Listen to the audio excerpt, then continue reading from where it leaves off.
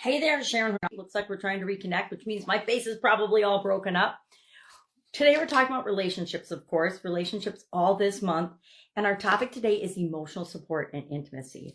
Let's talk about it and think about it for a little bit and realize that, of course, intimacy involves physical touch and things, especially in romantic relationships, but it's much deeper. It's much more than that. It is emotional connection. Emotional intimacy is probably even more, and spiritual intimacy and all the different types of intimacy we can have. And we'll talk, I don't know that we'll talk about it in any other area except this with respect to relationships. But in our families, are we able to remind ourselves and have close relationships based on mutual trust and encouragement? Here's an example. An example would be in your family, your sibling, your brother or your sister. I only have sisters, so it happened to be a lot with sisters, would be working really hard toward a goal or toward an objective or to achieve something, and they would fall short. Or maybe they were in a competition and they didn't win. And we all did some sport. Well, we didn't all do some sports. A couple of us did some sports in high school, and in college, but for the most part, not the most athletic family on the planet. But we would still try. We'd still go out for things and try things. And one thing I could always count on was that my sisters would encourage me. They would provide emotional support and friendship at a deep level, which is a form of intimacy. Emotional support is a form of intimacy in my book. In friendships, it shows up when a friend's going through a tough time, and you're there to be a sounding board and to help in any way you can, but mostly just to listen and help them to know that they'll get through this situation as well. At work, it can show up as when we are vulnerable and honest, and we talk about the struggles that we've had in our lifetime and in our career as we're coaching and leading other people through their growth process. That's a form of relationship intimacy. It's more than physical. It's hard to explain, but it is our ability to say, hey, I'm having a hard time here. I'm struggling.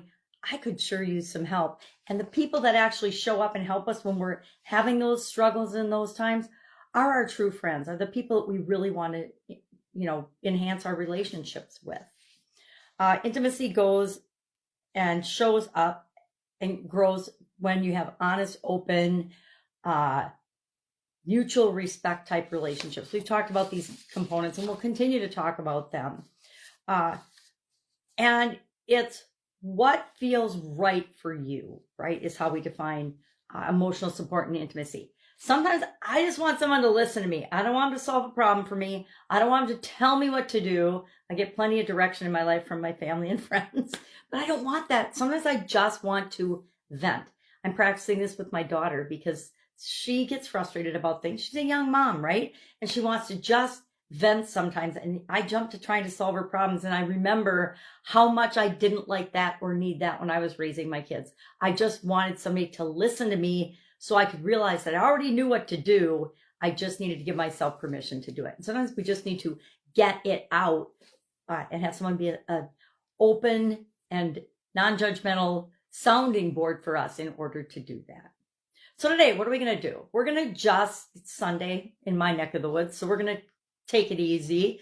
We are just going to ask ourselves a couple of reflective questions. If you've got a reflection journal, or I say I've got coffee on mine, or I'd grab it and show you, use your annual challenge journal. I use my annual challenge journal to do my reflecting, to show gratitude, and to do a lot of things, as well as my gratitude journal and my other journals during the year when I'm doing an annual challenge. Why? Because I like to have things that are related to the challenge all in one place so I can go back and review them, especially at the end of each month and the end of each year. I like to go back and I like to review and say, okay, this is what we covered.